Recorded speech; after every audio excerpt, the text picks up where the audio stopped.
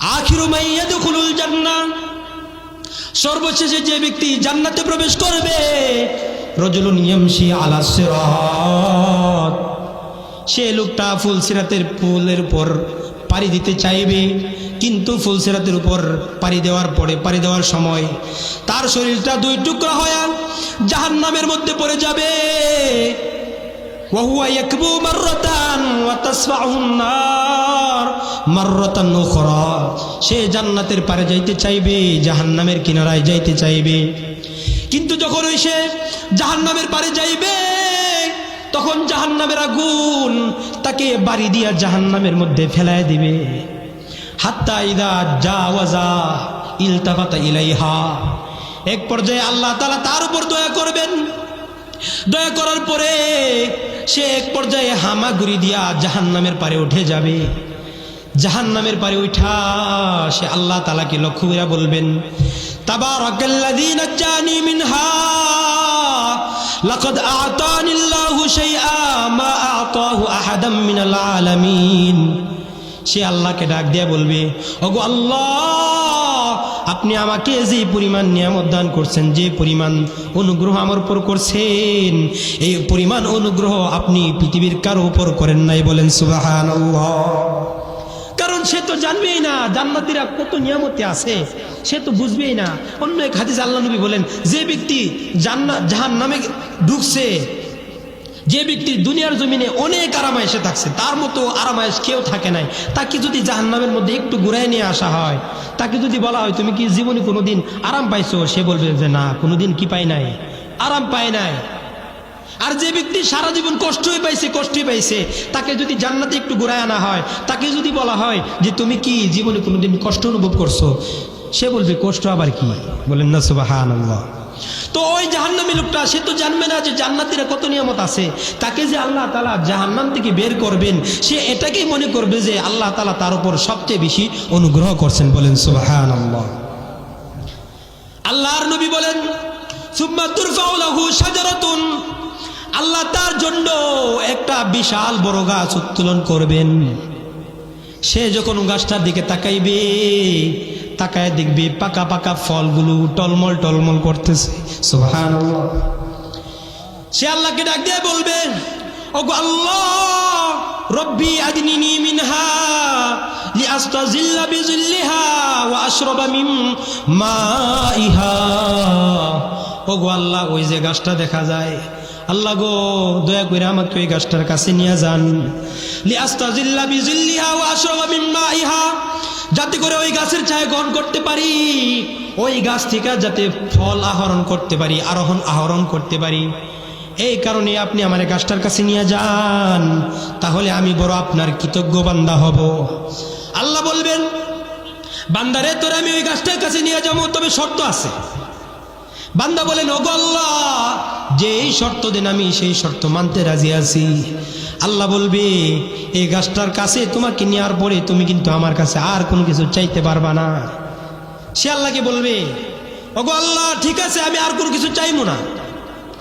আল্লাহ তাআলা যখন তাকে ফায়ুদিনিহি মিনহা, আল্লাহ তাআলা যখন তাকে ওই গাছটার কাছে নিয়ে যাইবেন, ফায়াস্তাজিল্লু বিজিল্লিহা ওয়া ইয়াশরাবা মিন মাইহা, সে গাছ থেকে ছায়া গ্রহণ করবে, গাছের ফল আহরণ করবে, ফল থেকে রস চিবায় চিবায় খাবে, পান করবে। খাওয়ার পর, পান করার পর আল্লাহ তাআলা সুম্মা তুরফাউ লাহু শাজারাতুন উখরা হিয়া আহসানু মিনাল উলা, আল্লাহ তাআলা তার জন্য আরেকটা গাছ উত্তোলন করবেন। বলেন সুবহানাল্লাহ। আল্লাহ তাআলা তার জন্য আরেকটা গাছ উত্তোলন করবেন, হিয়া আহসানু মিনাল উলা, যে গাছটা পূর্বের গাছের তুলনায় আরো অনেক সুন্দর। বলেন সুবহানাল্লাহ। আল্লাহ তাআলার কাছে বান্দা আবার আরজ করবেন, ওগো আল্লাহ, ওই গাছটা যে দেখা যায় কত সুন্দর একটা গাছ, যার মধ্যে ফলগুলো টলমল টলমল করতেছে, সুন্দর সুন্দর ফল।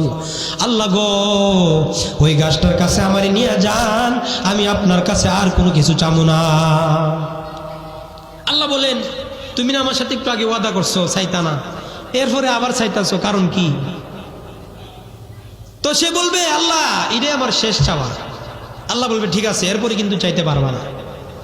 তারপরে আল্লাহ তাআলা যখন তাকে আরেকটা গাছের কাছে নিয়ে যাবেন, জান্নাতের দ্বিতীয় গাছের কাছে যখন নিয়ে যাইবেন, নিয়ে যাওয়ার পরে সেই গাছটার কাছে যাইবে, গাছের ছায়া গ্রহণ করবে, ফল আহরণ করবে, ফল থেকে রস পান করবে, ফল খাবে। খাওয়ার পরে সুম্মা তুরফাউ লাহু শাজারাতুন ইনদা বাবিল জান্নাহ, আল্লাহ তাআলা তার জন্য আরেকটা ফল, আরেকটা গাছ উত্তোলন করবেন জান্নাতের দরজার সামনে। বলেন সুবহানাল্লাহ। সে যখন ওই গাছটাকে দেখবে, সে আল্লাহকে ডাক দিয়ে বলবে, ওগো আল্লাহ, আপনার কাছে বারবারই চাইতেও লজ্জা লাগে মালিক, সামনে যে কি হয় এটা তো আমি জানি না।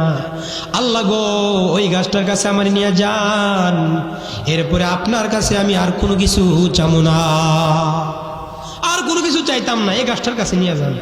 সে গাছটার কাছে হাইটা যাইবে, যাওয়ার পরে গাছটার কাছে যখন যাইবে এখনো ছায়া গ্রহণ করবে না।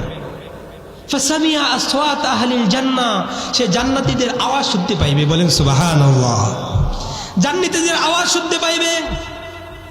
আওয়াজ শুনতে পেয়ে সে আল্লাহ তাআলাকে আরজ করবে, ওগো আল্লাহ, 3 নাম্বার যে আবদার করেছিলাম মালিক, ওই গাছটার কাছে যাইবার কথা বলছিলাম, আল্লাহ গো, গাছটার কাছে এখনো যাই নাই, ওই গাছটার চাওয়ার বিনিময়ে আপনি আমাকে জান্নাতের মধ্যে ঢুকায় দেন। বলেন সুবহানাল্লাহ। তখন আল্লাহ বলবেন, ইয়া ইবনে আদম আয়ুরদিকা দুনিয়া আয়ুরদিকা আন উ'তিয়াকা দুনিয়া ওয়া মিসলাহা মাহা, বান্দারে, তোরে যদি আমি 2টা দুনিয়া সমান জান্নাত দিয়ে দেই, তাহলে কি তুই সন্তুষ্ট হইবি? বলেন সুবহানাল্লাহ। সে বলবে, আল্লাহ আপনিও ঠাট্টা করুন, আতাস্তাহজিউ বি ওয়া আনতা রাব্বুল আলামিন, আল্লাহ আপনিও ঠাট্টা করেন, আপনি তো সমগ্র বিশ্বের প্রতিপালক, আপনিও আমার সাথে ঠাট্টা করুন। তখন আল্লাহ তাআলা ওই বান্দার দিকে তাকায়া হাসি দিয়া বলবেন, ইন্নী আলা মা আশাউ কাদির, বান্দারে, আমি আল্লাহ যা চাই তাই করতে পারি। বলেন সুবহানাল্লাহ। আল্লাযী আশা তিওয়াল আইয়ামিহি ওয়া লায়ালি ইয়ামশি আলা শাওকিল আসা ويخطو على جمر الكيد والعند يلتمس الطريق لهداية الضالين وإرشاد الحائرين حتى علم الجاهل وقوم المعوج وأمن الخائف وطمأن القلق ونشر أبواب التوحيد والتواضع والخدمة والعفو والخير.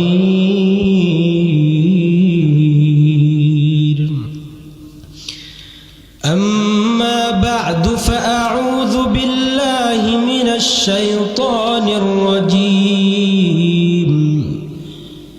بسم الله الرحمن الرحيم. قد أفلح من تزكى وذكر اسم ربه فصلى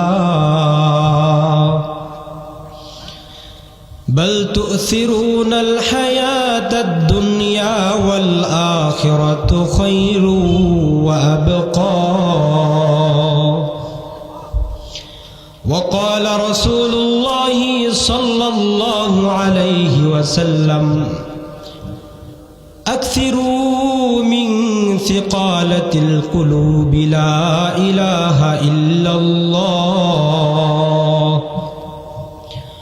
أو كما قال عليه الصلاة والسلام. সবাই মোহাব্বতের সাথে দুরূদে ইব্রাহিম একবার পাঠ করি.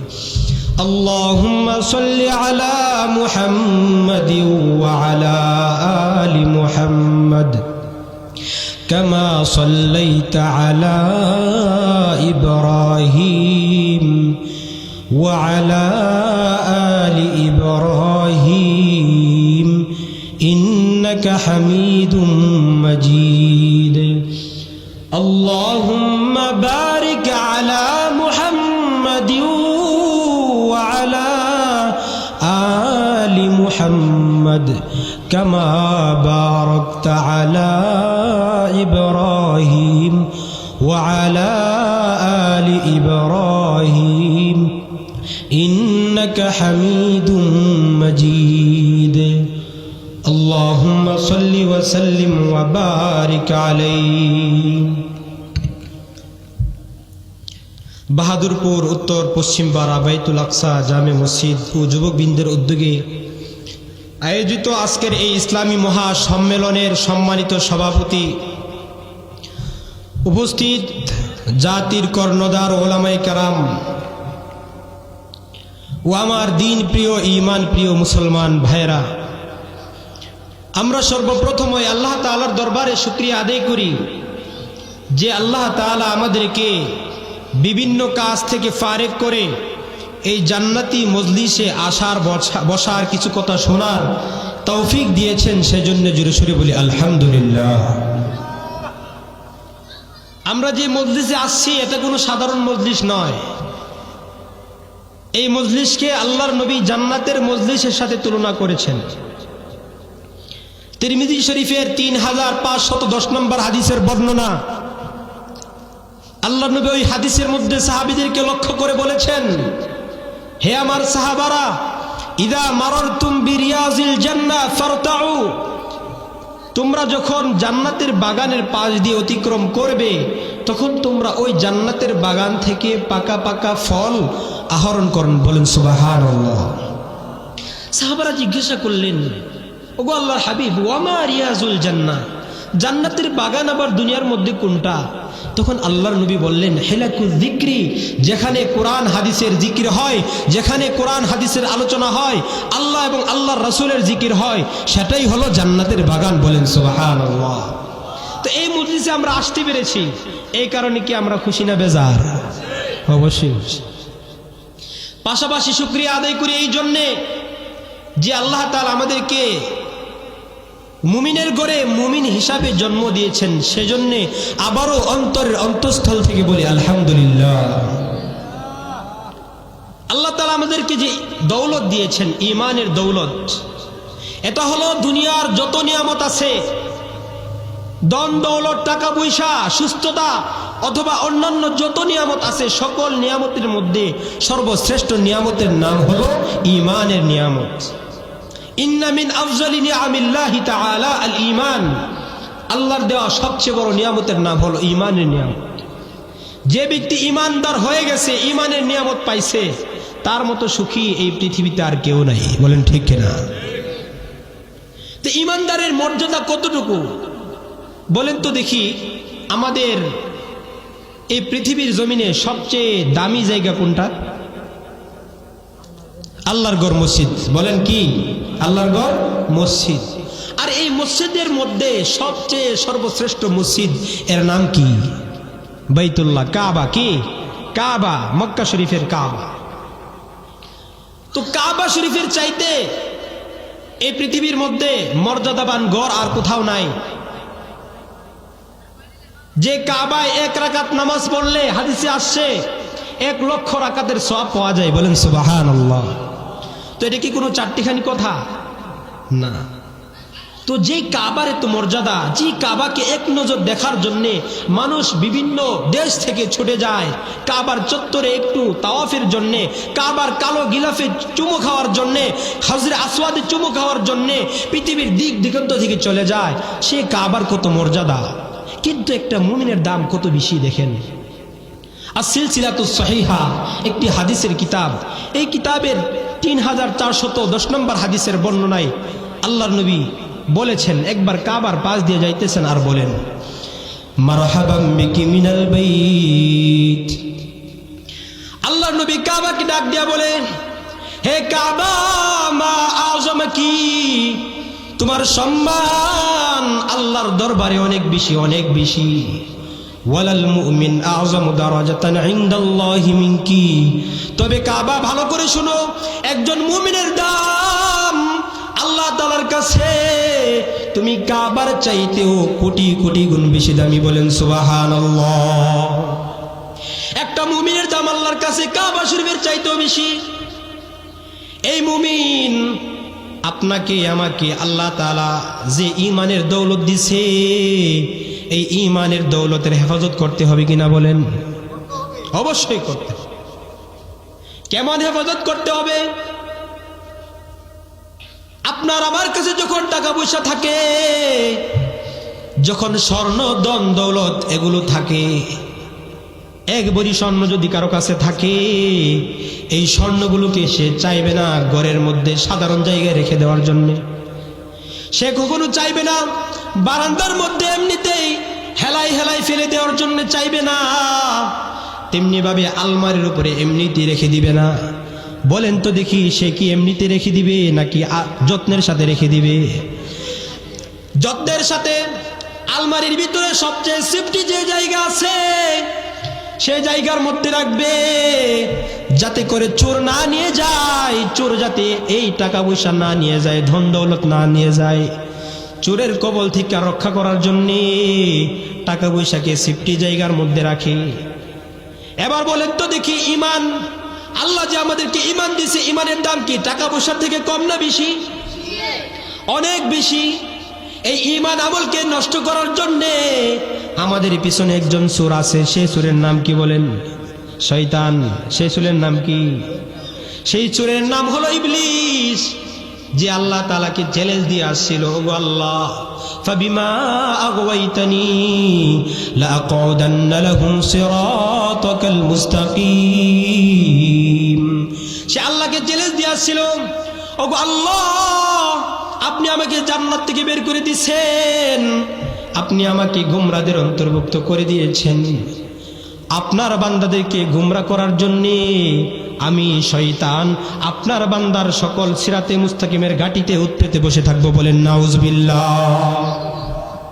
শয়তান আল্লাহকে চ্যালেঞ্জ দিছে, আপনার বান্দাকে গুমরা করার জন্য, তাদের ঈমান আমল নষ্ট করার জন্য আমি তাদের ধারে ধারে চতুর্দিক দিকে আসবো। আল্লাহ তাআলা এই কথাটা কোরআনে বলেন। সেই শয়তান আল্লাহ তাআলাকে বলছিল, সুম্মা লাআতিয়ান্নাহুম মিন বাইনি আইদিহিম ওয়া মিন খালফিহিম ওয়া আন আইমানিহিম ওয়া আন শামাইলিহিম। শয়তান আল্লাহকে বলে, আপনার বান্দাকে গুমরা করার জন্য সামনের দিক থেকে আসবো, পিছনের দিক থেকে আসবো, ডান দিক থেকে আসবো, বাম দিক থেকে আসবো, চতুর্দিক থেকে আইসা আমি আপনার বান্দাকে গুমরা কইরা তাকে জাহান্নামে ফাটাইয়া দিমু। এবার দেখা যাবে আপনি তাদেরকে কিভাবে জান্নাতি বানান। বলেন নাউজুবিল্লাহ। আল্লাহ তাআলার সাথে চ্যালেঞ্জ দিছে। আল্লাহ বলে, শয়তান চ্যালেঞ্জ তো দিলি, তোর কথা কি শেষ হইছে? শয়তান বলে, হ্যাঁ শেষ। আল্লাহ বলে, তুই তো চতুর্দিকের কথা বললি, উপরের কথা বললি না, নিচের কথা বললি না। আমি আল্লাহ উপর থেকে নিচ থেকে রহমত দিয়ে দিয়ে আমি আমার বান্দাদেরকে ক্ষমার চাদরে ঢেকে নিব। বলেন সুবহানাল্লাহ। তো শয়তান চতুর্দিক দিয়ে আসবে ঈমান আমল নষ্ট করার জন্য, আমাদের ঈমান আমলকে ধ্বংস করার জন্য শয়তান চতুর্দিকে আসবে।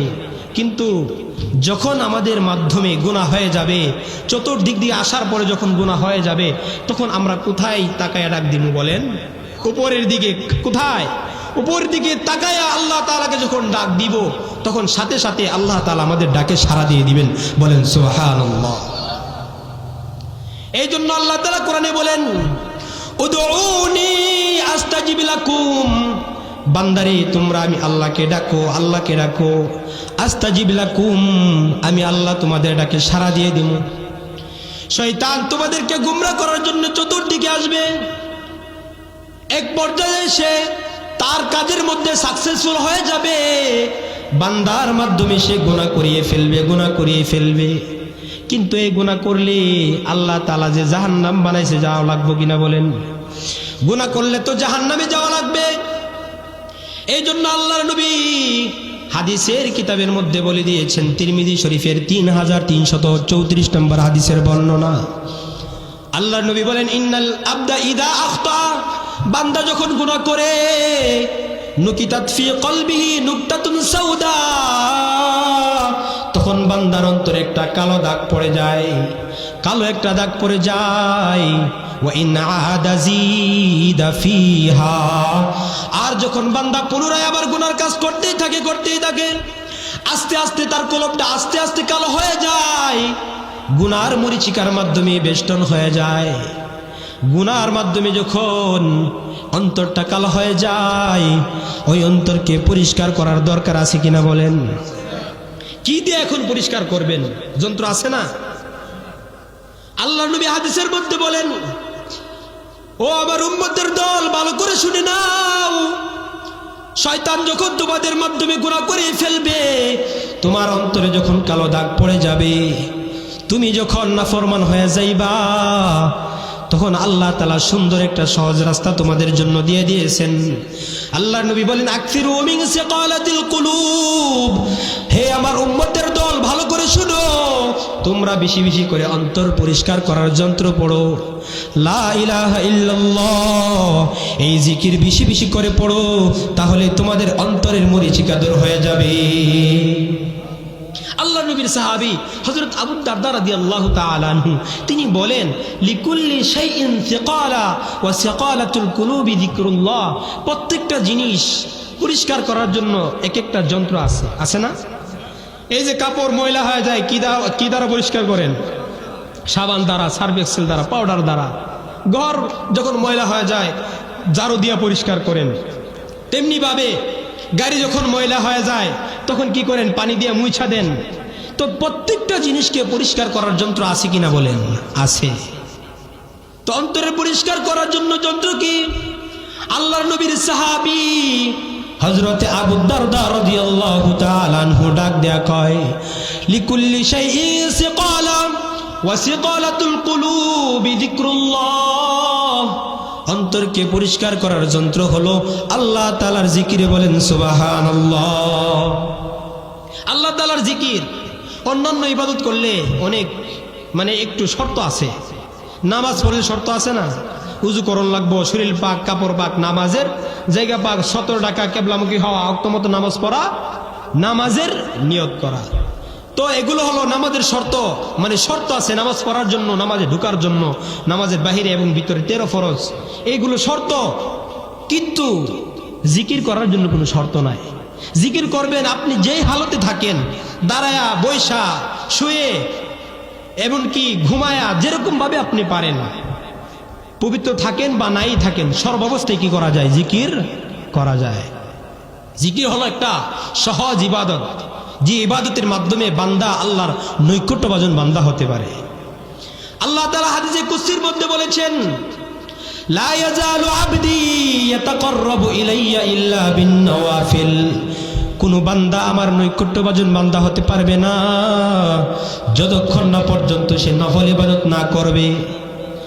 নফল ইবাদত যতক্ষণ পর্যন্ত না করবে, ততক্ষণ পর্যন্ত সে আল্লাহর খাঁটি বান্দা হতে পারবে না, ওলি হতে পারবে না। ফরজ নামাজ যে পড়ি, এটা তো পড়ি নিজেরকে জাহান্নামের আগুন থেকে বাঁচাইবার লাইগা, জাহান্নামের আগুন থেকে বাঁচাইবার লাইগা নামাজ পড়ি না। এখন যে আল্লাহ তো আমাদের জন্য নামাজকে ফরজ করে দিচ্ছেন, 5 ওয়াক্ত নামাজ, 5 ওয়াক্ত নামাজ ফরজ করছেন, আর শাস্তি দিয়ে দিচ্ছেন, বলছেন যে যদি নামাজ না পড়ো তাহলে এই শাস্তি পাইতে হবে। ওই শাস্তি থেকে বাঁচার জন্য আমরা কি পড়ি? নামাজ আদায় করি, তাই না? এখন যদি বলা হইতো, আল্লাহ যদি এই বিধানটা এরকম ভাবে দিয়ে দিত যে 5 ওয়াক্ত নামাজ পড়া এটা ফরজ না, এটা নফল, তাহলে মনে হয় ফজরের নামাজে মুসল্লি ভরে গেল গা, নাকি ফাও গেল নি মুসল্লি? ফাও হয়ে যাইতো না। কেন? কারণ এটা নফল নামাজ, মানুষ তো নফল নামাজ পড়েই না। তো নফল নামাজ পড়ে না, ফরজ নামাজ পড়ে কেন? নিজেকে জাহান্নামের আগুন থেকে বাঁচাইবার লাগে। আর আল্লাহর বন্ধু হইতে গেলে কি লাগবে? নফল ইবাদত করা লাগবে। আর নফল ইবাদতের মধ্যে সবচেয়ে সহজ ইবাদতের নাম হলো আল্লাহ তাআলার জিকির। বলেন সুবহানাল্লাহ। তো বান্দা যখন গুনাহ করে, তার মাঝে যখন লজ্জা থাকে না, তখন তার মাধ্যমে গুনাহ হয়ে যায়। আল্লাহর স্মরণ যখন ওই বান্দার ভিতরে না থাকে, তখন ওই বান্দার মাধ্যমে গুনাহ হয়। কোন ব্যক্তি যদি তার নিজের মাঝে এই কথা ধারণ করে, লালন করে, যে আমি যে এই কাজটা করতেছি আল্লাহ আমাকে দেখতেছেন, এরকম চিন্তা যদি কারো মাঝে থাকতো, তাহলে কশিনকালেও তার দ্বারা গুনাহ হওয়া সম্ভব না। একটা উদাহরণ দিলে বুঝবেন। কেউ যদি রাস্তা দিয়ে যায়, এমতো অবস্থায় যদি তার স্থানদার চাপ দেয়, স্থানদার চাপ 2 নাম্বার, 1 নাম্বার তো সহজেই মানছে করে না, রাস্তার মাঝখান দিয়ে যাইতেছেন, স্ট্যান্ডার চাপ দিছে 2 নাম্বার স্ট্যান্ডা। 2 নাম্বার স্ট্যান্ডা বুঝেন তো? হ্যাঁ, না বুঝলে আপনাদের মাদ্রাসা যদি নুরানি ছাত্র থাকে তাহলে তাদেরকে জিজ্ঞাসা করেন যে বাবু 2 নাম্বার দিয়ে কি বোঝা, তখন ছাত্ররা ঠিকই কয়ে দিব, কন্যা ঠিক কিনা। ছাত্ররা কয়ে দিব 2 নাম্বার দিয়া কি বোঝা, বাথরুমও যাওয়ান লাগে। তো রাস্তায় যখন মানুষ যায় এমত অবস্থায় যদি তার স্ট্যান্ডার্ড চাপ দেয়, মানুষের সামনে সে লজ্জাবোধ করবে, স্ট্যান্ডার মধ্যে বসতে চাইবে না। বলেন তো দেখি, বসতে চাইবে কেন? কারণ মানুষ দেখে ফেলবে, লজ্জা। এই কারণে সে রাস্তার মাঝখানে পায়খানা করার জন্য বসবে না, কারণ তাকে মানুষ দেখে ফেলতেছে। এই লজ্জায় এই বয়সে রাস্তার মাঝখানে পায়খানা করে না। তেমনি ভাবে কারো মাঝে যদি আল্লাহর ভয় থাকে, তার মাধ্যমে কখনো গুনাহ হওয়া সম্ভব না।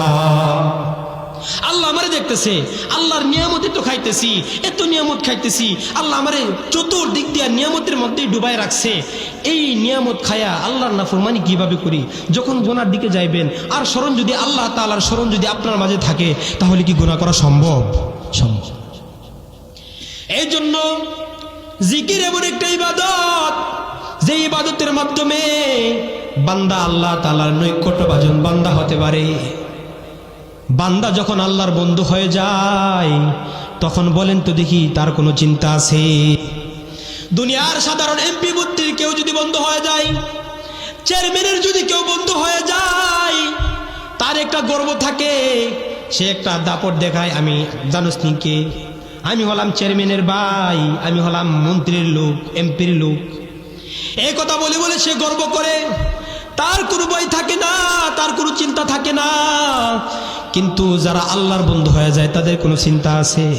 আল্লাহ কোরআনে নিজেই কয়, আলা ইন্না আউলিয়া আল্লাহ লা খাউফুন আলাইহিম ওয়ালা হুম ইয়াহজানুন।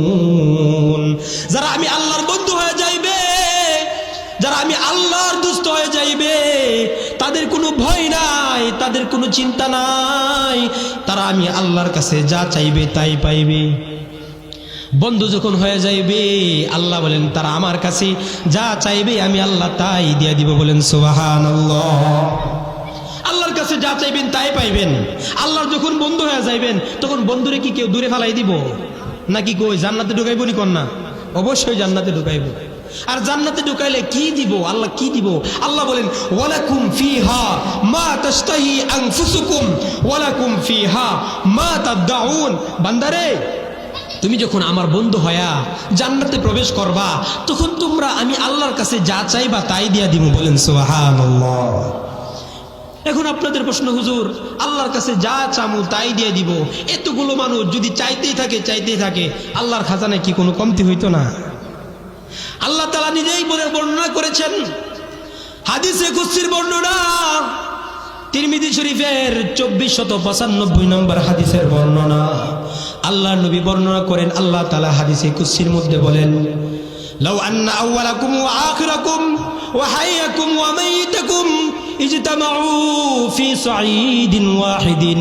বান্দারে, তোমাদের শুরু এবং তোমাদের শেষ, তোমাদের জীবিত, তোমাদের মৃত, তোমাদের চিকন, তোমাদের মোটা, সবাই যদি একটা মাটি দাঁড়ায় যায়, ফাসাআলা কুল্লু ইনসানিন মিনকুম মা বালাগাত উমানিয়াতুহু, আর প্রত্যেকেই যদি তার নিজের মনের চাহিদা অনুযায়ী আমি আল্লাহর কাছে চাইতে থাকে, ওয়া আতাইতু কুল্লা সাইলিন মিনকুম মা সাআলা, আর আমি আল্লাহ যদি প্রত্যেককে দিতেই থাকি, তথাপি একটা সুয়ের আগায় যে পরিমাণ পানি আটে, সেই পরিমাণ নিয়ামত আমার খাজানা থেকে কমবে না।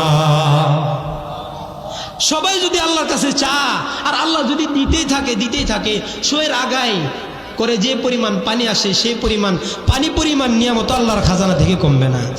সুয়ের আগায় মনে হয় পুরা সমুদ্র এসে পড়ে নাকি?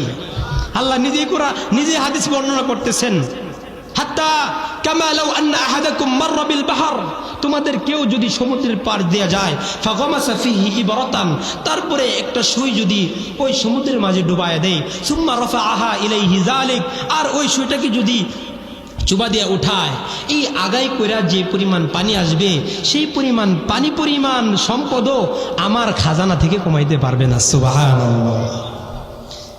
এই জন্য আল্লাহ তাআলা বলেন, বান্দারে তোমরা আমি আল্লাহর কাছে যা চাইবা আমি আল্লাহ তোমাদেরকে তাই দিয়ে দিমু। অন্য এক হাদিসের মধ্যে আল্লাহর নবী বলেন, সর্বশেষে যে ব্যক্তি জান্নাতে যাবে তাকেই কেবল আল্লাহ তাআলা 2টা দুনিয়ার সমান জান্নাত দান করবেন। 2টা দুনিয়ার সমান জান্নাত দান করবেন। আপনি কি পুরা দুনিয়া ঘুরে লাইছেন? বাংলাদেশটা ঘুরে দেখছেন নি? পুরাটা দেখছেন না? তে বাংলাদেশটা কি ছোট? আপনার নলেজ অনুযায়ী কি ছোট? কারণ আপনি তো অন্যান্য দেশের সাথে তুলনা করে বলেন যে বাংলাদেশ অন্যান্য দেশের তুলনায় ছোট, কানাডার তুলনায় ছোট, আমেরিকার তুলনায় ছোট। এই ছোট দেশটাই ঘুরে দেখছেন না? 60 বছরের জিন্দগি, 70 বছরের জিন্দগি, নিজের এলাকা ব্রাহ্মণবাড়িয়ার প্রত্যেকটা এলাকার নাম যদি কয় তাহলে তো চিনতেন না, চিনবেন নি? চিনবেন না।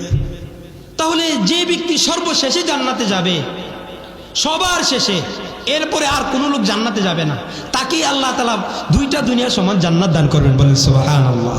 হুজুর কই পাইলেন এই কথা? সহিহ ইবনে হিব্বান এই কিতাবের 7430 নম্বর হাদিসের বর্ণনা, বিশাল বড় হাদিস আল্লাহ নবী নিয়ে আসছেন। আল্লাহ নবী বলেন, আখিরু মান ইয়াদখুলুল জান্নাহ, সর্বশেষে যে ব্যক্তি জান্নাতে প্রবেশ করবে, রাজুলুন ইয়ামশি আলা সিরাত, সে লোকটা ফুলসিরাতের পুলের উপর পাড়ি দিতে চাইবে, কিন্তু ফুলসিরাতের উপর পাড়ি দেওয়ার সময় তার শরীরটা 2 টুকরা হয়ে জাহান্নামের মধ্যে পড়ে যাবে। ওয়া হুয়া ইয়াকবু মাররাতান ওয়া তাসফাহুন নার মাররাতান উখরা, সে জান্নাতের পারে যাইতে চাইবে, জাহান্নামের কিনারায় যাইতে চাইবে, কিন্তু যখন সে জাহান্নামের পারে যাইবে তখন জাহান্নামের আগুন তাকে বাড়ি দিয়া জাহান্নামের মধ্যে ফেলায় দিবে। হাত্তা ইদা জাওয়াজা ইলতাফাতা ইলাইহা, এক পর্যায়ে আল্লাহ তাআলা তার উপর দয়া করবেন। দয়া করার পরে সে এক পর্যায়ে হামাগুড়ি দিয়া জাহান্নামের পারে উঠে যাবে। জাহান্নামের পারে উঠা সে আল্লাহ তাআলাকে লক্ষ্য করে বলবেন, তাবারাকাল্লাযী নাজ্জানি মিনহা লাকাদ আ'তানিল্লাহু শাইআ মা আ'তাহু আহাদাম মিনাল আলামিন। সে আল্লাহকে ডাক দিয়া বলবে, ওগো আল্লাহ, আপনি আমাকে যে পরিমাণ নিয়ামত দান করছেন, যে পরিমাণ অনুগ্রহ আমার উপর করছেন, এই পরিমাণ অনুগ্রহ আপনি পৃথিবীর কারো উপর করেন নাই। বলেন সুবহানাল্লাহ। কারণ সে তো জানবেই না জান্নাতীরা কত নিয়ামতে আছে, সে তো বুঝবেই না। অন্য এক হাদিস আল্লাহ নবী বলেন, যে ব্যক্তি জাহান্নামে ঢুকছে, যে ব্যক্তি দুনিয়ার জমিনে অনেক আরামায়েশে থাকছে, তার মতো আরামায়েশ কেউ থাকে নাই, তাকে যদি জাহান্নামের মধ্যে একটু ঘুরায় নিয়ে আসা হয়, তাকে যদি বলা হয় তুমি কি জীবনে কোনোদিন আরাম পাইছো, সে বলবে যে না, কোনোদিন কি পাই নাই, আরাম পায় নাই।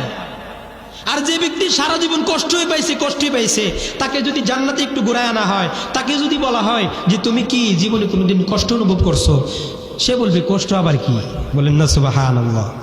তো ওই জাহান্নামী লোকটা সে তো জানবে না যে জান্নাতীরা কত নিয়ামত আছে, তাকে যে আল্লাহ তাআলা জাহান্নাম থেকে বের করবেন, সে এটাকেই মনে করবে যে আল্লাহ তাআলা তার উপর সবচেয়ে বেশি অনুগ্রহ করছেন। বলেন সুবহানাল্লাহ।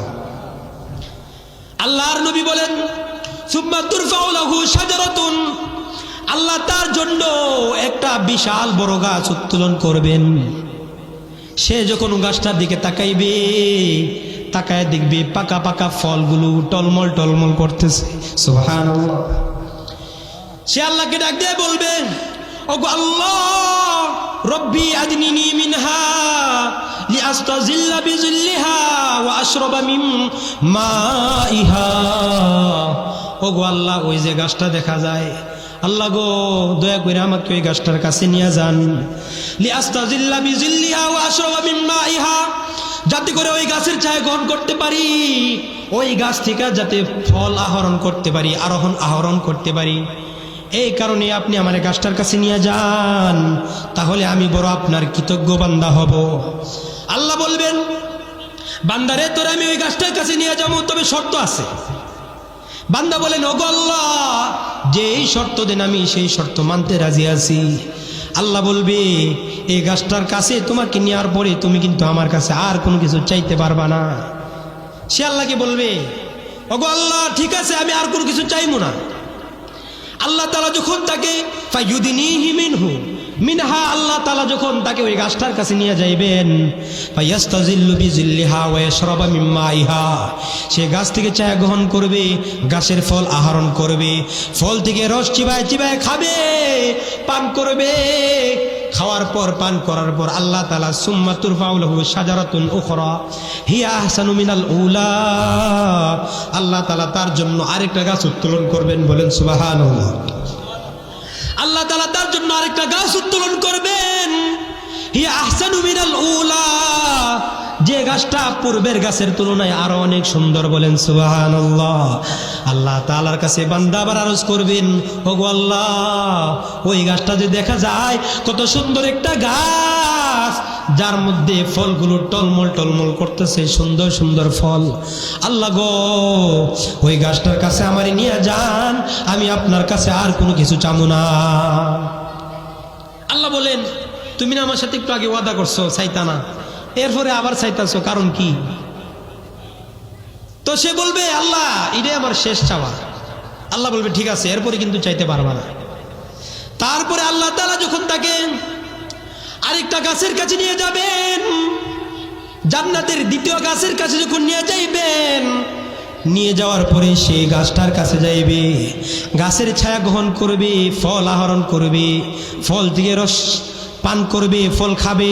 খাওয়ার পরে সুম্মা তুরফাউ লাহু শাজারাতুন ইনদা বাবিল জান্নাহ, আল্লাহ তাআলা তার জন্য আরেকটা ফল, আরেকটা গাছ উত্তোলন করবেন জান্নাতের দরজার সামনে। বলেন সুবহানাল্লাহ। সে যখন ওই গাছটাকে দেখবে, সে আল্লাহকে ডাক দিয়ে বলবে, ওগো আল্লাহ, আপনার কাছে বারবারই চাইতেও লজ্জা লাগে মালিক, সামনে যে কি হয় এটা তো আমি জানি না। আল্লাহ গো, ওই গাছটার কাছে আমার নিয়ে যান, এরপরে আপনার কাছে আমি আর কোনো কিছু চামু না, আর কোনো কিছু চাইতাম না, এই গাছটার কাছে নিয়ে যান। সে গাছটার কাছে হাইটা যাইবে, যাওয়ার পরে গাছটার কাছে যখন যাইবে, এখনো ছায়া গ্রহণ করবে না। ফাসামিয়া আসওয়াত আহলিল জান্নাহ, সে জান্নাতীদের আওয়াজ শুনতে পাইবে। বলেন সুবহানাল্লাহ। জান্নাতীদের আওয়াজ শুনতে পাইবে। আওয়াজ শুনতে পেয়ে সে আল্লাহ তাআলাকে আরজ করবে, ওগো আল্লাহ, 3 নাম্বার যে আবদার করেছিলাম মালিক, ওই গাছটার কাছে যাই এবার কথা বলছিলাম, আল্লাহ গো, গাছটার কাছে এখনো যাই নাই, ওই গাছটার চাওয়ার বিনিময়ে আপনি আমাকে জান্নাতের মধ্যে ঢুকায় দেন। বলেন সুবহানাল্লাহ।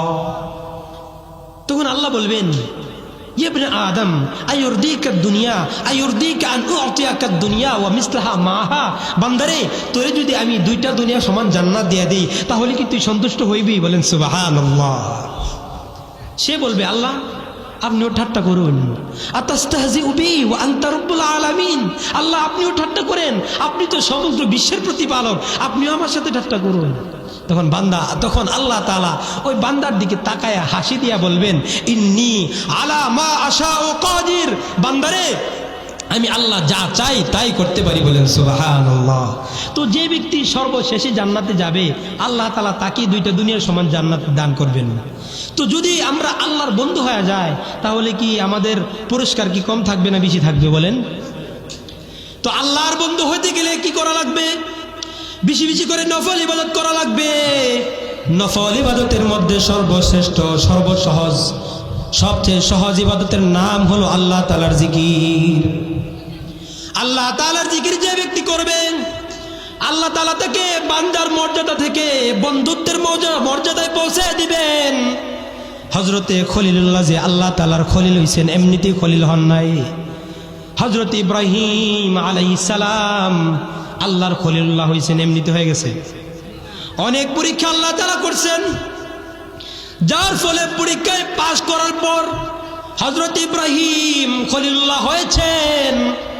হযরত ইব্রাহিম আলাইহিস সালাম যে আল্লাহ তাআলার খলিল, এই বিষয়ে এক ফেরেশতা আল্লাহর কাছে প্রশ্ন করেন, ওগো আল্লাহ, আপনার খলিল বানাইবার জন্য আজরের সন্তানকেই বুঝি বাচ্চা নিলেন, আর কাউরে পাইলেন না? আজরের সন্তানরে আপনি খলিলুল্লাহ বানাইছেন, যে আজর মূর্তি বানায়া বানায়া বাজারে বেচে, বাজারে বিক্রি কইরা শিরকের প্রসার ঘটাইতেছে, সে আজরের সন্তানরে আপনি আবার আপনার খলিল বানাইছেন, কারণটা তো আর বুঝলাম না। আল্লাহ কই কারণ বুঝতে চাও? তো ফেরেশতা বলবো হ্যাঁ বুঝতে চায়। ফেরেশতা বলার পর আল্লাহ বলবেন যাও তুমি একদিন হযরত ইব্রাহিম আলাইহিস সালামের সাথে সাক্ষাৎ করে আসো। তো ফেরেশতা জমিনে আসছে, আয়েশা দেখে হযরত ইব্রাহিম আলাইহিস সালাম বকরি চড়াইতেছেন মাঠে, হেলান দিয়ে গাছের মধ্যে বসে রইছেন আর তাসবিহ আল্লাহ তাআলার ইশকে জিকির করতেছেন। এই অবস্থা দেখা ফেরেশতার মুখ দিয়ে বের হয়ে গেছে সুবহানাল্লাহ। সবাই বলেন সুবহানাল্লাহ।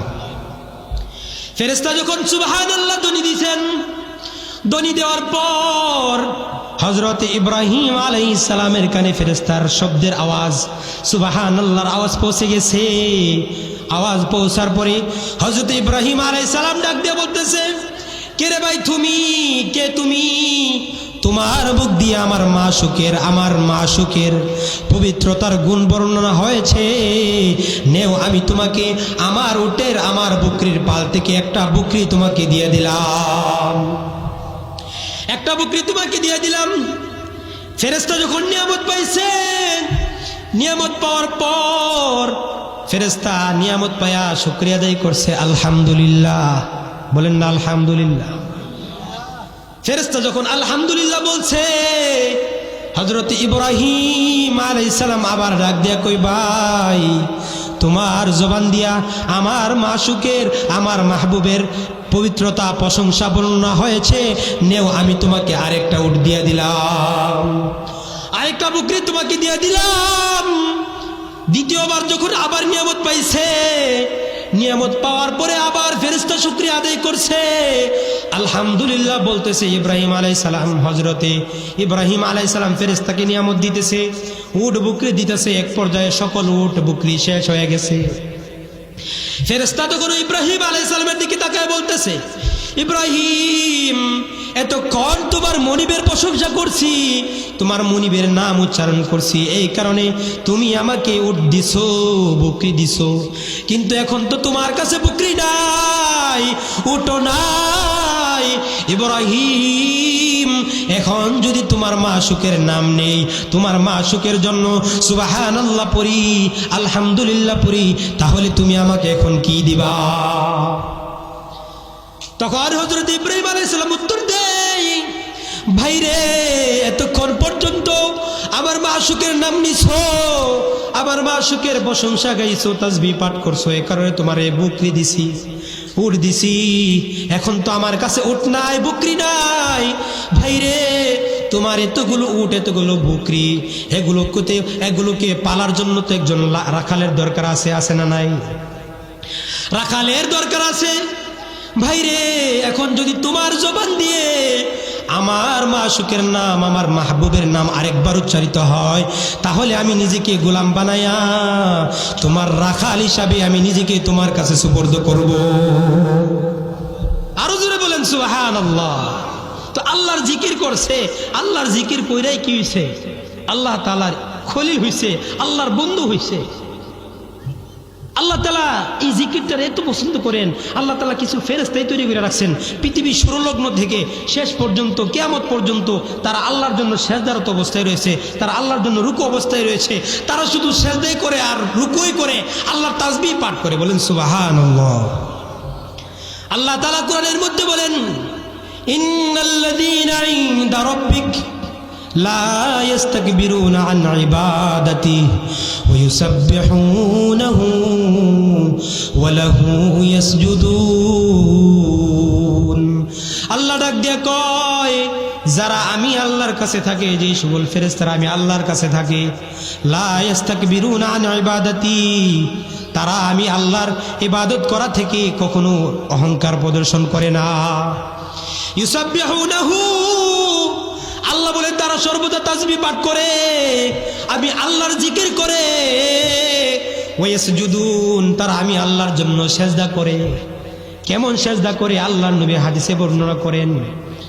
জগৎ বিখ্যাত আলেম আল্লামা জালালউদ্দিন সুয়ুতী তার জগৎ বিখ্যাত কিতাব আল হাবাইক ফি আখবারিল মালাইক এই কিতাবের 16 নম্বর পৃষ্ঠায় হাদিসটা নিয়ে আসছেন।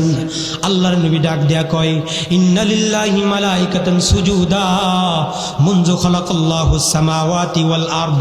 আল্লাহ তাআলা এমন এমন ফেরেশতা তৈরি করছেন আসমান জমিনের শুরু লগ্ন থেকে, সৃষ্টি করার শুরু লগ্ন থেকে কিয়ামত পর্যন্ত এমন এমন কিছু ফেরেশতা তৈরি করেছেন সুজুদান, যারা সর্বদা আল্লাহর জন্য সেজদারত অবস্থায় রয়েছে। লা ইয়ারফাউনা রুউসাহুম ওয়া লা ইয়ারফাউনাহা ইলা ইয়াউমিল কিয়ামা, তারা কিয়ামত পর্যন্ত সেজদা থেকে মাথা উঠাইবে না। ওয়া রুকুআন লাম ইয়ারফাউ রুউসাহুম ওয়া লা ইয়ারফাউনাহা ইলা ইয়াউমিল কিয়ামা। তেমনি ভাবে এমন কিছু ফেরেশতা আছে যারা আল্লাহর জন্য রুকু অবস্থায় রয়েছে, তারা কিয়ামত পর্যন্ত রুকু অবস্থায় থাকবে, কিয়ামত পর্যন্ত রুকু থেকে মাথা উঠাইবে না। আল্লাহর নবী তারপরে বলেন, ফাইদা কানা ইয়াউমুল কিয়ামা, যখন কিয়ামতের দিন সংগঠিত হইবে, তাজাল্লা লাহুম রাব্বুহুম, তখন আল্লাহ তাআলা ওই ফেরেশতাদের সামনে নিজের রূপকে প্রদর্শন করাবেন। সুবহানাল্লাহ বলেন। আল্লাহ তাআলা ওই ফেরেশতাদের সামনে আসবেন।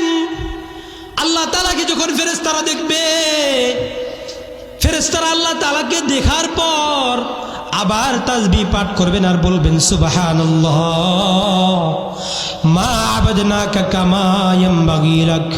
ওগো আল্লাহ, আপনার যেভাবে ইবাদত করার দরকার ছিল মালিক, যেভাবে আপনার তাসবিহ পাঠ করার দরকার ছিল, যেভাবে আপনার জন্য সেজদা দেওয়ার জন্য দরকার ছিল, যেভাবে রুকু দেওয়ার দরকার ছিল, আমরা সেভাবে রুকু দিতে পারি নাই, সেজদা দিতে পারি নাই। সুবহানাল্লাহ বলবেন না? যারা শুরু থেকে পৃথিবী সৃষ্টি লগ্নের শুরু থেকে কিয়ামত পর্যন্ত সেজদা দিতেই থাকবে, কখনো মাথা উঠাইবে না, সেই সকল ফেরেশতারা আল্লাহ তাআলাকে এক নজর দেখে এই কথা বলবে, আল্লাহ আমরা আপনার যথাযথ ইবাদত করতে পারি নাই, যথাযথ জিকির করতে পারি নাই, যথাযথ তাসবিহ পাঠ করতে পারি নাই। বলেন না সুবহানাল্লাহ। এরকম ভাবে আমার আপনার নবীও, আল্লাহর নবী আল্লাহ তাআলার জন্য নামাজে দাঁড়ায় যাইতেন, আল্লাহ তাআলার শুকরিয়া আদায় করার জন্য, নিয়ামতের শুকরিয়া আদায় করার জন্য নামাজে দাঁড়ায় যাইতেন। আল্লাহর নবী যখন নামাজে দাঁড়াইতেন, কানা রাসূলুল্লাহ সাল্লাল্লাহু আলাইহি ওয়াসাল্লাম ইদা সাল্লা কামা, আল্লাহর নবী যখন নামাজ পড়তেন, নামাজের জন্য দাঁড়াইতেন, হাত্তা তাফাত্তারা লিজলা, তখন আল্লাহর নবীর পা মুবারক দই ফুলে যাইত। আল্লাহর নবী নামাজ পড়তে পড়তে পা যখন ফুলাই ফেলতেন, আম্মা জান আয়েশা সিদ্দিকা রাদিয়াল্লাহু তাআলা আনহা আল্লাহর নবীকে তখন ডাক দিয়ে বলতেন, ইয়া রাসূলুল্লাহ আতাসমাউ হাকাযা, ওগো নবী, আগো আল্লাহর নবী, আপনি এমন কেন করতেছেন? ওয়াকাদ গুফিরা লাকা মা তাকদ্দামা মিন যামবিকা ওয়া মা তাআখার, অথচ আল্লাহ তাআলা আপনার পূর্বের পরের যত খতায়ে ইজতিহাদ আছে, যত ধরনের ভুল ত্রুটি আছে, সকল ভুল ত্রুটি ক্ষমা করে দিয়েছেন। আপনার তো কোনো ভুল নাই, তারপরেও আল্লাহ আপনাকে এমন একটা সার্টিফিকেট দিয়েছেন, তারপরেও আপনি কেন এত নামাজ পড়েন, ইবাদত করেন? আল্লাহর নবী তখন হযরত আয়েশা সিদ্দিকা রাদিয়াল্লাহু তাআলা কে উত্তর দেয়, হে আমার প্রাণের বিবি, আফালা আকুনু আবদান শাকুরা, আয়েশা গো, আমি কি আল্লাহ তাআলার শুকরগুজার বান্দা হব না? বলেন সুবহানাল্লাহ।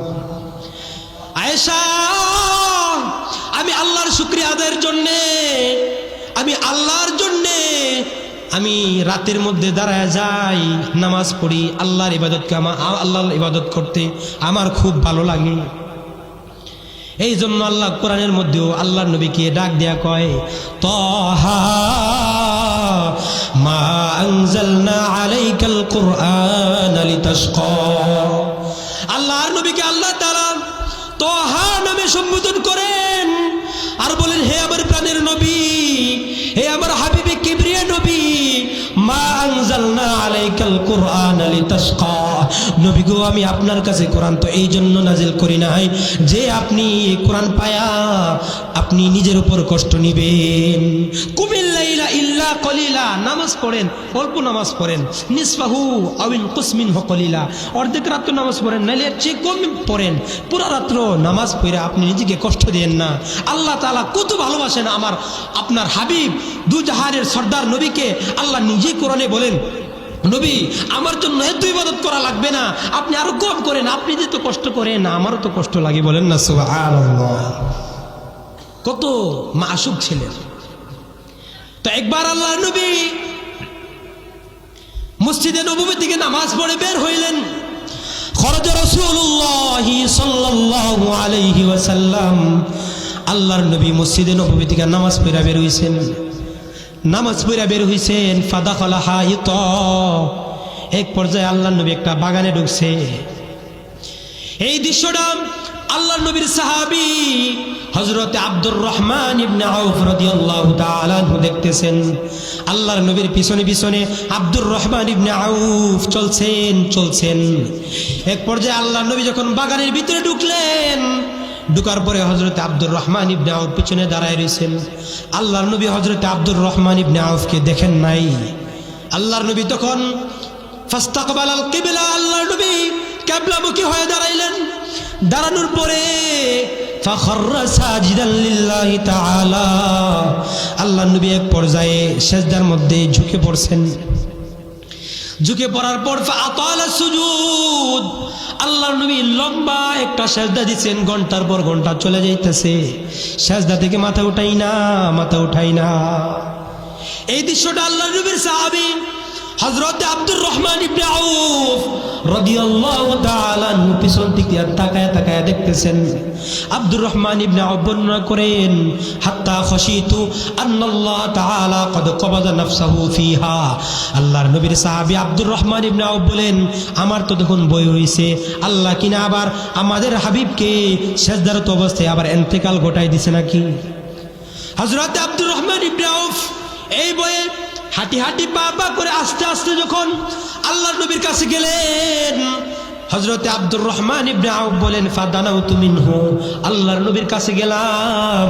আল্লাহর নবীর কাছে যাওয়ার পর ফাজালাস্তু ইনদাহু, আল্লাহর নবীর কাছে আমি বসে পড়লাম। আল্লাহর নবী যখন আমার আওয়াজ একটু টের পাইছে, ফারফা রাসাহু মিনাস সুজুদ, আল্লাহর নবী তখন সিজদা থেকে মাথা উঠায় বলতেছে, কে রে তুমি, মা শানুকা মান আনতা, তুমি কে, কেনই বা তুমি এখানে আসলা। তখন হযরত আব্দুর রহমান ইবনে আউফ বলেন, আনা আব্দুর রহমান ইবনে আউফ, নবী গো আমি হলাম আপনার প্রাণের সাহাবী হযরত আব্দুর রহমান ইবনে আউফ। আল্লাহর নবী তখন ডাক দিয়া কয়, আব্দুর রহমান তুমি এখানে কেন আসলা, মা শানুকা তুমি এখানে কেন আসলা। তখন আব্দুর রহমান ডাক দিয়া বলেন, নবী গো আপনার পেছন দিক দিয়ে আমি আসতেছি, আপনাকে ফলো করতেছিলাম, দেখি আপনি কি করেন, এই জন্য আপনার পেছনে আসতেছিলাম। হঠাৎ করে আপনার দিকে তাকায় দেখি নবী আপনি বাগানে প্রবেশ করে সিজদারত অবস্থায় পড়ে গেছেন। সিজদারত অবস্থায় পড়ে যাওয়ার পর এত লম্বা সিজদা দিয়েছেন, আমার তো ভয় হয়েছিল আল্লাহ কিনা আপনাকে আবার সিজদার মধ্যে মৃত্যু ঘটায় দিছে। এ বই নবী আপনার কাছে ছুটে আসলাম। তখন আল্লাহর নবী মুস্কি হাসি দিয়ে বলেন, হে আমার সাহাবী আব্দুর রহমান, না আমি মরি নাই, বরং আল্লাহ তাআলা আমাকে একটু আগে একটা সুসংবাদ দিয়েছে। আমার কাছে আতানি জিব্রাইল আমার কাছে একটু পূর্বে আসছিল, জিব্রাইল আইসা আমাকে সংবাদ দিছে, আল্লাহ নাকি বলছে যে ব্যক্তি, যে মুমিন আপনার উপর একবার দরুদ পাঠ করবে, আমি আল্লাহ তাআলা তার উপর 10টা রহমত বর্ষণ করব। আল্লাহ নাকি বলছে, মান সাল্লা আলাইকা মিন উম্মতিকা ওয়াহিদাতান সাল্লাইতু আলাইহি আশরা। আল্লাহ নবী বলেন, আল্লাহ তাআলা বলছেন, যে ব্যক্তি আমার উপর একবার দরুদ পাঠ করবে, আমি আল্লাহ তার উপর 10 বার রহমত নাজিল করব। বলেন সুবহানাল্লাহ। তো আল্লাহ নবী বলেন, এই খুশিতে, এই আনন্দে আমি আল্লাহর জন্য শুকরিয়া আদায় করার জন্য ফাশাকারতু লিল্লাহি সাজিদা ফাসাজাদতু লিল্লাহি শাকিরা, আমি আল্লাহ তাআলার জন্য শুকরিয়া আদায় করার জন্য সিজদার মধ্যে লুটে পড়ছি। বলেন সুবহানাল্লাহ। তো আল্লাহর বন্ধু হইতে গেলে কি করা লাগবে বলেন? কি করতে হবে? আল্লাহর জিকির করতে হবে, ইবাদত করতে হবে, নফল ইবাদত করতে হবে। কোন বান্দা আল্লাহর নৈকট্যভাজন বান্দা হতে পারবে না যতক্ষণ না পর্যন্ত সে আল্লাহর ইবাদত না করবে, নফল না ইবাদত করবে। করতে রাজি আছেন তো? কেডা কেডা এশার নামাজ পড়ছেন হাত তুলে দেখান তো। আলহামদুলিল্লাহ। যারা এশার নামাজ পড়ছেন আলহামদুলিল্লাহ, তাদের জন্য তো শুকরিয়া। আল্লাহ নবী বলছেন, যে ব্যক্তি মান সাল্লা সালাতুল ইশা ফি জামাআ, যে ব্যক্তি এশার নামাজ জামাতের সাথে আদায় করলো এবং ফজরের নামাজ জামাতের সাথে আদায় করলো, সে কেমন যেন পুরা রাত্রি নফল নামাজের মধ্যে কাটাইলো, বলেন সুবহানাল্লাহ। আর যে ব্যক্তি কেবলমাত্র এশার নামাজ জামাতের সাথে আদায় করছে, আল্লাহ নবী বলেন সে যেন অর্ধেক রাত্র দাঁড়ায়া দাঁড়ায়া আল্লাহ তাআলার জন্য নামাজ আদায় করছে, বলেন সুবহানাল্লাহ। আর যে ব্যক্তি ফজরের নামাজ জামাতের সাথে আদায় করছে, আল্লাহ তাআলা তাকেও অর্ধেক রাত্র দাঁড়ায়া দাঁড়ায়া নফল ইবাদত করার সওয়াব দান করবেন, সুবহানাল্লাহ। এই জন্য আমরা যারা নামাজ পড়ি নাই, এখনো যারা এশার নামাজ পড়ি নাই, ওয়াজের শেষে এখন থেকে ওয়াদা করে যাব, ওয়াজের শেষে ঘুমাইবার আগে কমপক্ষে এশার নামাজটা পড়ে যাতে আমরা ঘুমাই। কারা কারা রাজি আছেন ইনশাআল্লাহ? হাত তুলে দেখান যে আল্লাহ আমরা কখনো নামাজ কাজা করব না। হাত তুলে দেখান, আল্লাহকে নিয়ত করেন, আল্লাহ কখনো নামাজ কাজা করব না, কখনো নামাজ কাজা করব না। হাত লড়ায় দেখান এরকম। আল্লাহ তাআলা সবাইকে কবুল করেন, বলেন আমিন। তো বলতেছিলাম আল্লাহর জিকির করতে হবে। তো জিকিরের একটা কোন জিকির করবেন এটা দরকার আছে না জানা? একটা হাদিস শোনাই, বুখারী শরীফের সর্বশেষ হাদিসটা, যেটা আল্লাহ নবী এই হাদিসের ফজিলত বুখারী শরীফের অন্য এক হাদিসের মধ্যেও বলছেন। আল্লাহ নবী বলেন, কালিমাতান হাবিবাতান ইলার রহমান خفيفتان على اللسان ثقيلتان في الميزان سبحان الله وبحمده سبحان الله العظيم। সবাই পড়েন سبحان الله وبحمده سبحان الله العظيم। আল্লাহর নবী বলেন, কালিমাতান হাবিবাতান ইলার রহমান, দুইটা কালিমা এমন আছে যে দুইটা কালিমা আল্লাহর কাছে অনেক প্রিয়, অনেক প্রিয়, বলেন সুবহানাল্লাহ। খফিফাতান আলাল লিসান, জবানে পড়তে বড় হালকা, সাকিলাতান ফিল মিজান, কিন্তু মিজানের পাল্লায় দাড়ি পাল্লায় অনেক ভারী, সুবহানাল্লাহ। এই দুইটা কালিমা কি? আল্লাহর নবী বলেন সুবহানাল্লাহি ওয়া বিহামদিহি সুবহানাল্লাহিল আযীম। এই দুইটা কালিমা আল্লাহর নবী বুখারী শরীফের অন্য এক হাদিসে বলেন, মান ক্বালা সুবহানাল্লাহি ওয়া বিহামদিহি কুল্লা ইয়াউমিন মিআতা মাররা হুত্তাত খাতায়াহু ওয়া ইন কানাত মিসলা যাবাদিল বাহার। কেউ যদি শুধু মাত্র সুবহানাল্লাহি ওয়া বিহামদি এতটুকু বাক্য যে ব্যক্তি প্রত্যেক দিন 100 বার পড়বে, তার আমলনামায় যদি সমুদ্রের ফেনা পরিমাণও গুনাহ থাকে, সেই গুনাহকে আল্লাহ ক্ষমা করে দিবেন, বলেন সুবহানাল্লাহ। এই জিকির করবেন নি? অবশ্যই করবেন। আরেকটা জিকির, সহজ জিকির, যে জিকিরটা আমরা সবাই জানি। আল্লাহ নবী বলেন, আল্লাহ নবী একবার রাস্তার পাশ দিয়ে যাইতেছেন। আল্লাহর নবী যখন রাস্তার পাশ দিয়ে যায়, হঠাৎ একটা গাছ, ফামাররা বি শাজারাতিন ইয়াবিসাতিল ওয়ারাক, একটা গাছ শীতের মৌসুমে আল্লাহর নবী হাইটা যাইতেছেন, গাছের সকল পাতাগুলো মরে গেছে, শুকনো হয়ে গেছে। আল্লাহর নবী তখন গাছটাকে নাড়া দিলেন। নাড়া দেওয়ার পর সকল গাছের সকল পাতাগুলো ঝরে পড়ে গেছে। আল্লাহর নবী বলেন, বান্দারে, হে আমার সাহাবারা, যে ব্যক্তি সুবহানাল্লাহ ওয়ালহামদুলিল্লাহ ওয়ালা ইলাহা ইল্লাল্লাহ আল্লাহু আকবার এই কালিমাগুলো পড়বে, তার আমলনামায় যদি গুনাহ সমুদ্রের ফেনা পরিমাণ হয়ে যায়, তথাপি আল্লাহ ওই গাছের পাতার নেই তার সকল গুনাহকে ঝরাইয়া দিবেন, বলেন সুবহানাল্লাহ। তো এই হলো জিকির করার ফায়দা। জিকির করা লাগবে নি কন্যা? কি জিকির? একটা জিকির হলো দিয়ে গেলাম, সুবহানাল্লাহি ওয়া বিহামদিহি সুবহানাল্লাহিল আযীম। কারা কারা পারেন হাত তুলে দেখান। এটা কি কঠিন লাগে? আল্লাহ নবী কয়ে দিছে, খফিফাতান আলাল লিসান, জবানে পড়তে বড় হালকা, জবানে পড়তে বড় হালকা।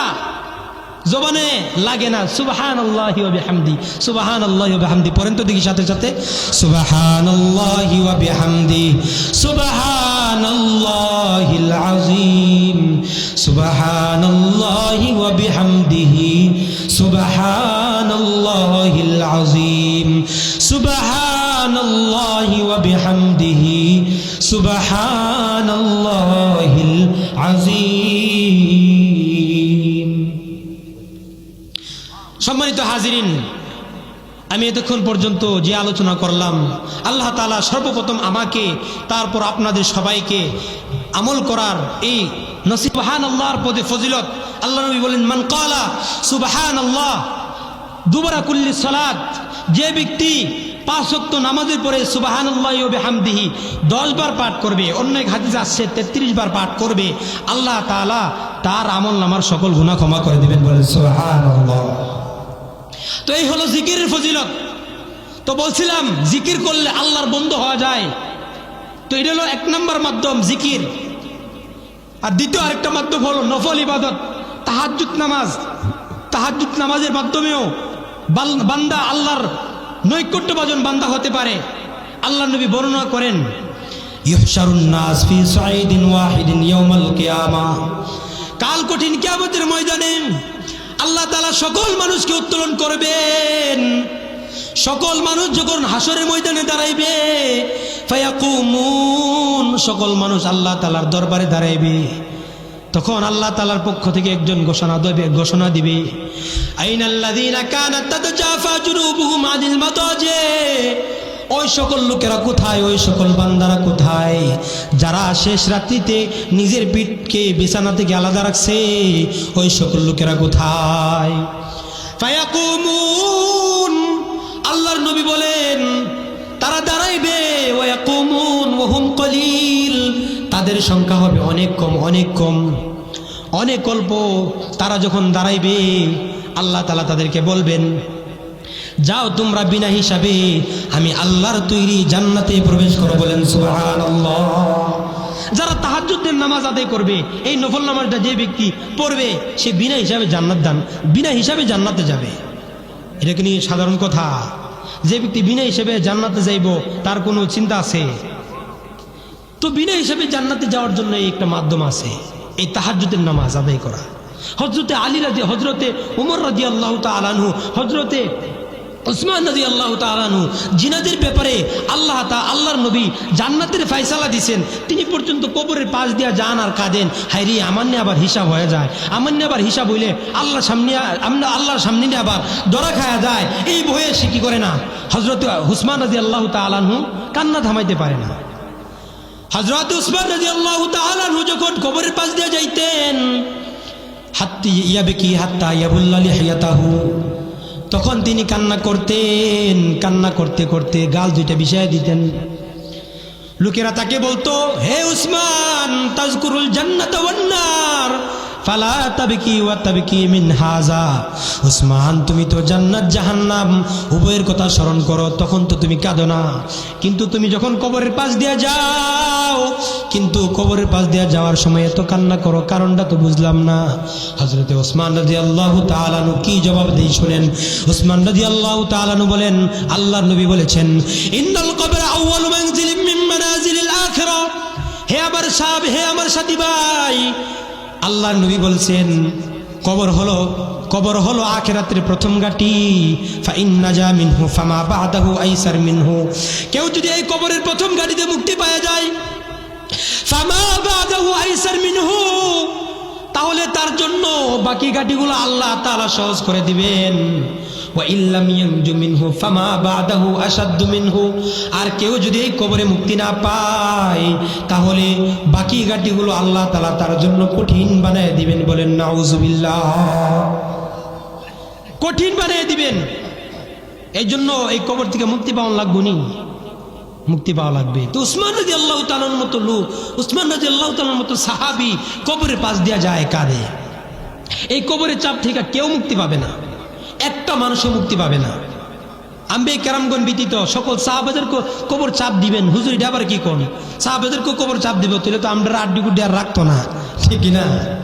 তো সাহাবীদের কি কবরে চাপ দেয়া আর আমাদের গুনাহগারদেরকে কবরে চাপ দেওয়া, এটার ব্যবধান আছে। আল্লাহর নবী বলেন, কবরের চাপ থেকে যদি কেউ মুক্তি পাইত তাহলে সর্বপ্রথম হযরতে সাদ ইবনে মুআজ রাদিয়াল্লাহু তাআলা আনহু কবরের চাপ থেকে মুক্তি পাইত।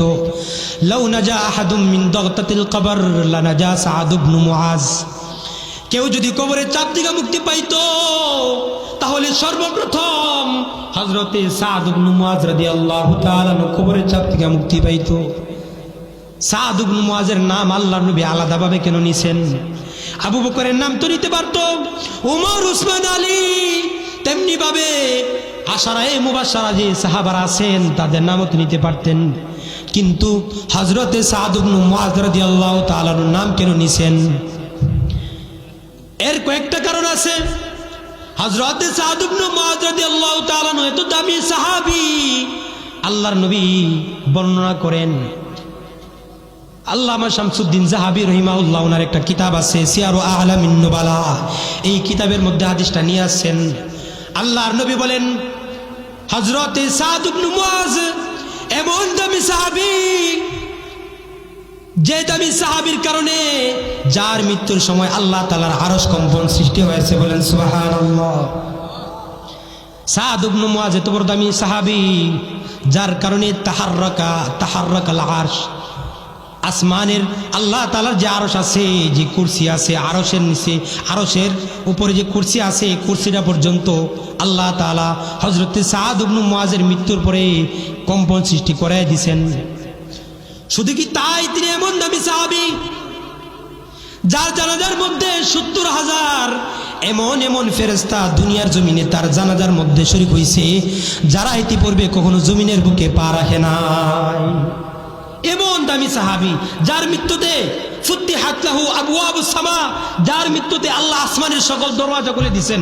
১ নম্বর ফজিলত, যার মৃত্যুতে আসমান কম্পন সৃষ্টি হয়েছে, আরশ কম্পন সৃষ্টি হয়েছে। ২ নম্বর ফজিলত, যার মৃত্যুর পরে আসমানের সকল দরওয়াজা তার রূহটাকে গ্রহণ করার জন্য খুলে দেওয়া হয়েছে। ৩ নম্বর ফজিলত, তিনি এমন বড় দামি সাহাবী যার জানাজায় ৭০,০০০ ফেরেশতা অবতরণ করেছেন, বলেন সুবহানাল্লাহ। শুধু কি তাই, তিনি এত বড় দামি সাহাবী, আল্লাহর নবী বলেন, হে আমার সাহাবারা, ওই যে দেখতেছো সাহাবী হযরতে মুআজের লাশ নিয়ে যাইতেছে, মুআজের লাশ যে নিয়ে যাইতেছে কোনো মানুষরাই শুধু তার খাটিয়া বহন করতেছে না। মুনাফিকরা তখন বলতেছে, তার খাটিয়াটাই তো হালকা মনে হইতেছে কেন? এত হালকা খাটিয়া তো আমরা কখনো জীবনে কখনো বহন করি নাই।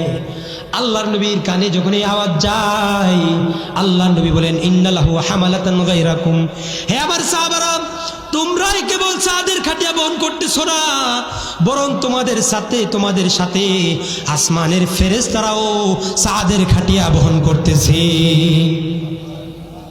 ৫ নম্বর ফজিলত। ৬ নম্বর ফজিলত আসেন, তিনি এমন বড় দামি সাহাবী যার কবর খনন করার সময় মেশকে আম্বরের ঘ্রাণ বের হয়েছে, বলেন সুবহানাল্লাহ। হযরত আবু সাঈদ আল খুদরি রাদিয়াল্লাহু তাআলা বর্ণনা করেন, কুনতু মিম্মান হাফারা লিসাদিন কবরাহু বিল বাকি, আমি ওই সকল সাহাবীদের অন্তর্ভুক্ত ছিলাম যারা সাদ ইবনে মুআজের কবর খনন করতেছিল। আমি যখন নাজিদু রিহাল জান্নাহ নাজিদু রিহাল মিস্ক, আমরা জান্নাতের মিস্কের আম্বরের জ্ঞান পাইতেছিলাম। কুল্লামা হাফারনা, আমরা যখনই তার কবর খনন করতেছিলাম জান্নাতের মিস্ক আম্বরের ঘ্রাণ পাইতেছিলাম। এই হাদিসের শেষে একটা রিওয়ায়াত আছে, বর্ণনা আছে, আখাযা ইনসানুন কবদাতাম মিন তুরাবি কবরি সাদিন, একটা লোক এক মুষ্টি মাটি হযরতে সাদ ইবনে মুআজের কবর থেকে নিয়ে গেছেন। বাড়িতে নিয়ে যাওয়ার পর ফানাজরা ইলাই, একটু পরে ওই মাটির দিকে তাকাইছে, মাটির দিকে তাকায় দেখে মাটি তো আর মাটি না, মাটি তো মেশকে আম্বরে রূপান্তরিত হয়ে গেছে। এত বড় দামি সাহাবী যার মৃত্যুর পরে আসমান কম্পন সৃষ্টি হয়েছে। ৬টা বৈশিষ্ট্য বর্ণনা করলাম, ফজিলত বর্ণনা করলাম। তো হযরত সাদ ইবনে মুআজ এত বড় দামি সাহাবী হওয়ার পরে এখন আপনার আমার প্রশ্ন জাগবে না যে তার কবরও কেন চাপ দিল? প্রশ্ন জাগে কিনা বলেন? প্রশ্ন জাগে। তো এই কথা বুঝতে গেলে আপনাকে একটা উদাহরণ বুঝতে হবে। সন্তান যখন বিদেশের জমিনে চলে যায়, মা বাবার বুক যখন খালি করে বিদেশের জমিনে চলে যায়, অনেক দিন থাকার পর নিজের ভূমিতে যখন আবার আসে, তখন বলেন তো দেখি, মা বাবা কি ওই সন্তানকে দূরে ঠেলে দেয় নাকি জড়ায়া ধরে? জড়ায়া ধরে, আদরের সাথে, স্নেহের সাথে, মমতার সাথে জড়ায়া ধরে আর কান্না করে, বাবারে এতদিন তুমি এত দূরে কেমনে থাকছো, মা বাবারে ফালায়া কান্না করে স্নেহের সাথে জড়ায়া ধরে। তেমনি ভাবে আল্লাহর নবী বলেন, আল্লাহ তাআলা এই মাটি থেকে মানুষকে তৈরি করছেন, মিনহা খলাকনাকুম ওয়া ফিহা নুঈদুকুম ওয়া মিনহা নুখরিজুকুম তারাতান উখরা।